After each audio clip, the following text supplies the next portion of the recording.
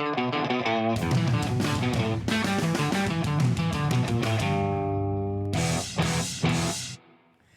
like to welcome my guest for this week, Argentine journalist Luis Rosales.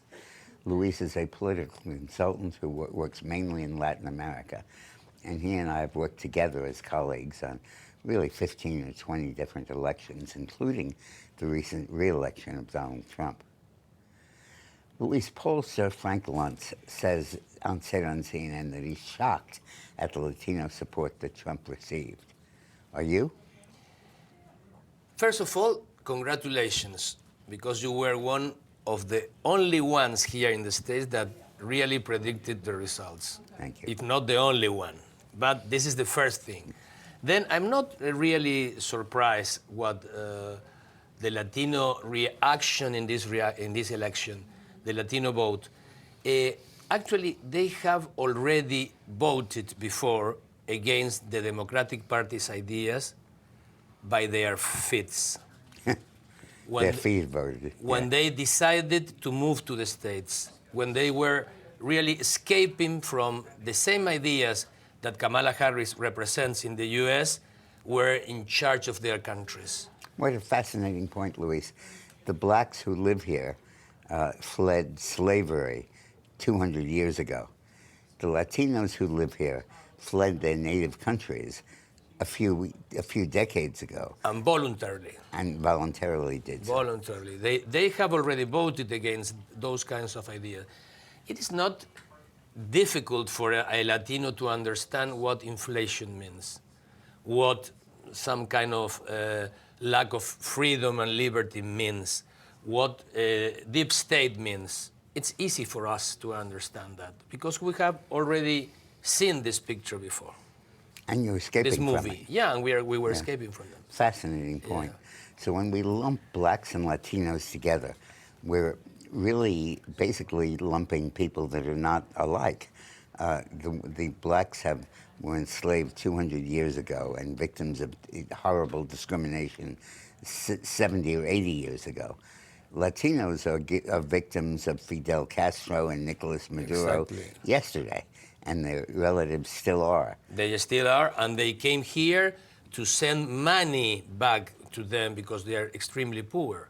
Our countries have a lot of potential, but they are mainly mismanaged. Right. In every single country, huge countries like Brazil, Argentina, smaller countries like the Central Americans, all of them are very bad managed by socialist ideas, socialist regimes. So it was almost an obvious thing that maybe with a little time, all the Latinos are going to understand that the real option here is the Republicans' idea, the conservatives' idea, Donald Trump's ideas. Right. Donald Trump is turning to Elon Musk, but the Latino vote is turning to its own heritage and to the need to free its own countries. And Elon Musk is very popular among Latinos and in Latin America because he represents a kind of the typical American dream. Right. And the American dream is very popular in South and Central America and in Mexico as well. Good. And in the Caribbean. That's fascinating. So when you look at what's going on now in the United States and you see the Latino vote basically defecting from the Democratic Party and going to the Republican Party, that totally changes the whole balance of power in the U.S., and I believe was largely responsible for Trump's election. Yes. Do you think that's likely to be permanent? I think it's going to be permanent. And you cannot imagine the second or third generation of Latinos here. Right. They're completely Americans. They have maybe Hispanic or Español last names in Español, you know, but they are completely Americans. They feel completely American. Now, Elisa Farah Griffin, one of the hosts on television, one of the mainstream networks, recently lectured Latinos on why they voted for Trump. We talk a lot about these different demographics and these assumptions of where they're going to go.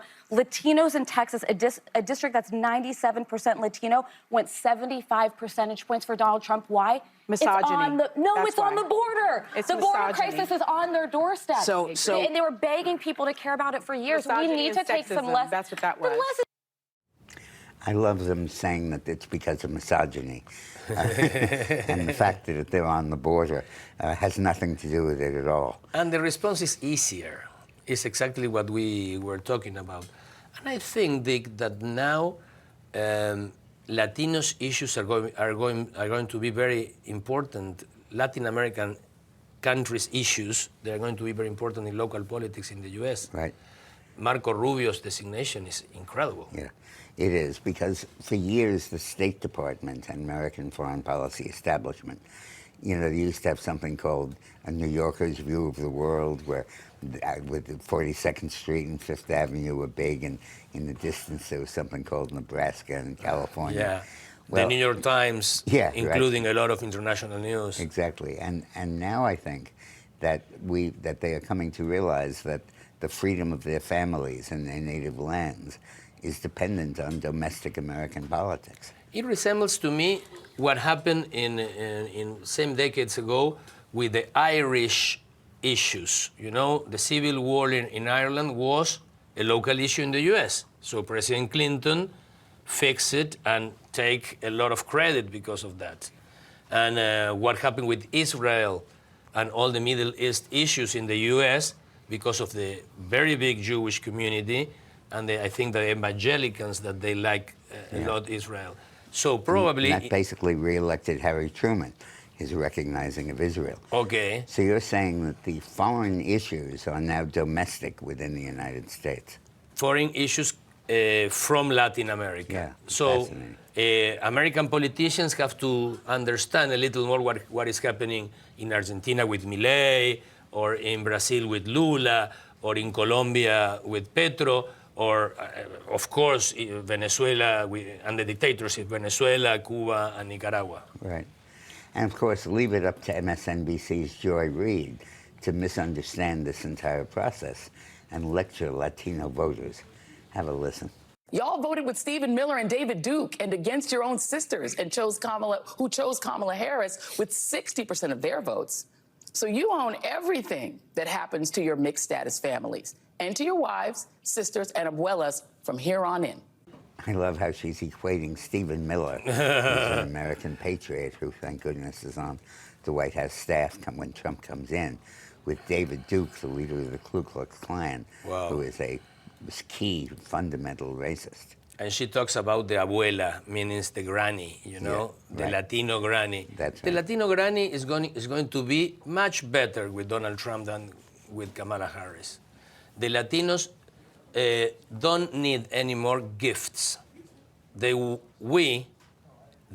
want opportunities. Right. No more gifts from the state. And they don't look at their grievances as grievances. They look at their grievances as aspirations for advancement and for opportunity. Yeah.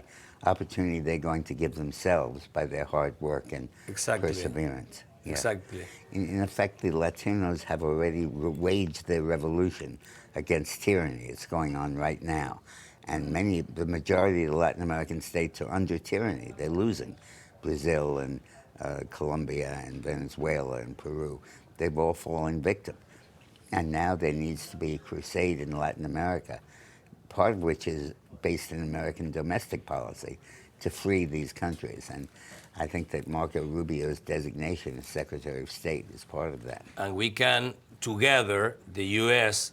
and some countries of the region, stop the Chinese influence, which is extremely big. Yeah. Today, Xi Jinping is inaugurating the largest port in South America in Peru. Right. Xi Jinping, the Chinese leader. And China's elbowing the U.S. aside. The Monroe Doctrine is under assault from China. Exactly. Yeah. Well, thank you, Luis. No, this was my great. pleasure, my pleasure. Wonderful. Thank you. Coming up, elite universities are canceling classes following President-elect Trump's victory. You can't make this up. Coming next.